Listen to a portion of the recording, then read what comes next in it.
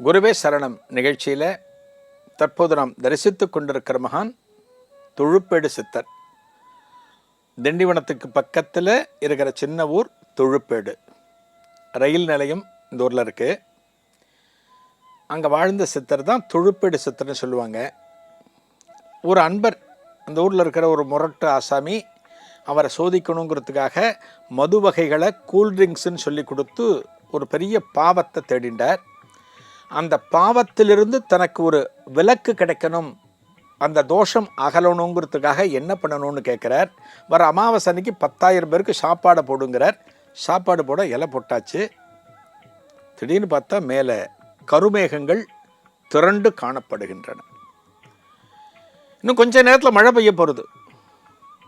வானம் அந்த அளவுக்கு இருண்டு போயாச்சு. 10,000 பேருக்கு இலை போட்டு 10,000 பேர் திறந்த வெளியில் சாப்பிட போகிறாங்க. திறந்த வெளியில் சமையல் எல்லாமே திறந்த வெளியில் இருக்குது. மழை பெஞ்சால் என்னத்துக்காகும்? அத்தனையும் போடும்.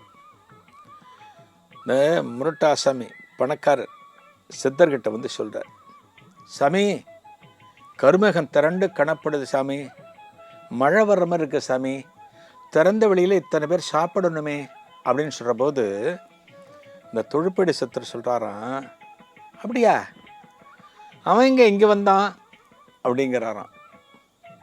அவன் எங்கே இங்கே வந்தான் அப்படின்றாராம். அவன் யார்? வருண பகவான். எப்படி வருண பகவானை டீல் பண்ணுறாரு பாருங்க. அவன் இங்கே வந்தான் அப்படின்னுட்டு இவர் தலை இப்படியே குனிஞ்சிருக்காரு. இப்படி தான் இருப்பார்னு சொன்னேன். இப்படி ஆகாசத்தை பார்த்து இப்படி ஒத்த விரலை காமிக்கிறாராம். இந்த ஒத்த விரல் காமிச்சோடனே ஆகாசத்தில் ஒரு மின்னல் போல ஒரு கோடு விழுகிறதாம் மேகத்தில். அந்த கோட்டுக்கு 2 பக்கமும் இருக்கக்கூடிய கருமேகங்கள் அத்தனையும் விலகுகின்றனவாம். இப்படி பாருங்க, என்ன ஆச்சரியம் பாருங்க. சும்மா கையை காமிக்கிறார், கருமேகங்கள் விலகிறது. நீ சாப்பிட சொல்லு, போடு கண்ணே, நீ சாப்பாடை போடு அப்படிங்கிறார். சாப்பாடை பரிமாற ஆரம்பிக்கிறாங்க. எல்லாரும் உட்காடுறாங்க, சாப்பிட்டு முடிக்கிறாங்க. ஒரு 4-5 மணி நேரம் ஆறுது. ஒரே பந்தி எல்லாம் சாப்பிட்டு முடித்த பிறகு அந்த பணக்காரர் வந்து சுவாமிகளுக்கு நமஸ்காரம் பண்ணுறாராம் சித்தருக்கு. சாமி எல்லாரும் சாப்பிட்டு முடிச்சாச்சு சாமி, எல்லாரும் நல்லபடியாக சாப்பிட்டாச்சு, எனக்கும் அந்த பாவத்திலிருந்து ஒரு பெரிய விடுதலை நீங்கள் கொடுத்துட்டீங்க சாமி, ரொம்ப சந்தோஷம், நமஸ்காரம் பண்ணுறாராம். ஏண்டா அவன் போயிட்டானே அப்போ, யார்? வருணன்.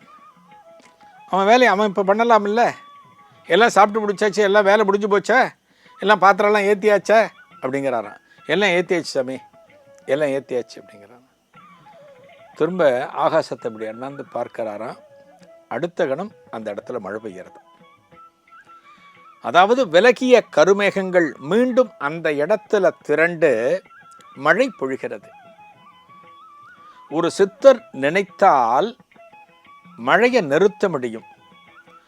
அதே சித்தர் நினைத்தால் நிறுத்திய மழையை மீண்டும் பொழிவிக்க முடியும். தொழுப்பேடு சித்தர் தன்னோட காலத்தில் இதை செஞ்சு காட்டினார். பாருங்க, எத்தனை மது வகைகள் இன்னைக்கு கொஞ்சம் போகிற நம்ம ஒரு மது சாப்பிட்டோம் அப்படின்னா ஒரு மனிதன் எந்த நிலைக்கு போவான் நம்ம எவ்வளவோ பார்க்குறோம் நம்ம. ஆனால் பாருங்க, முற்றும் துறந்தவர், சகலத்தையும் துறந்தவர், எதன் மேலும் பற்று இல்லாமல் வாழ்ந்து வரக்கூடிய ஒரு சித்தராகப்பட்டவர் அத்தனை பாட்டில்களை குடிச்சுமே இதெல்லாம் கூல்ட்ரிங்க்ஸ் தானே கண்ணு, இதெல்லாம் கூல்ட்ரிங்க்ஸ் தானே அப்படிங்கிறார்னா, தேகம் எப்படிப்பட்ட தேகம்? அந்த தேகம் அவருடைய கட்டுப்பாட்டிலையா இருக்கு?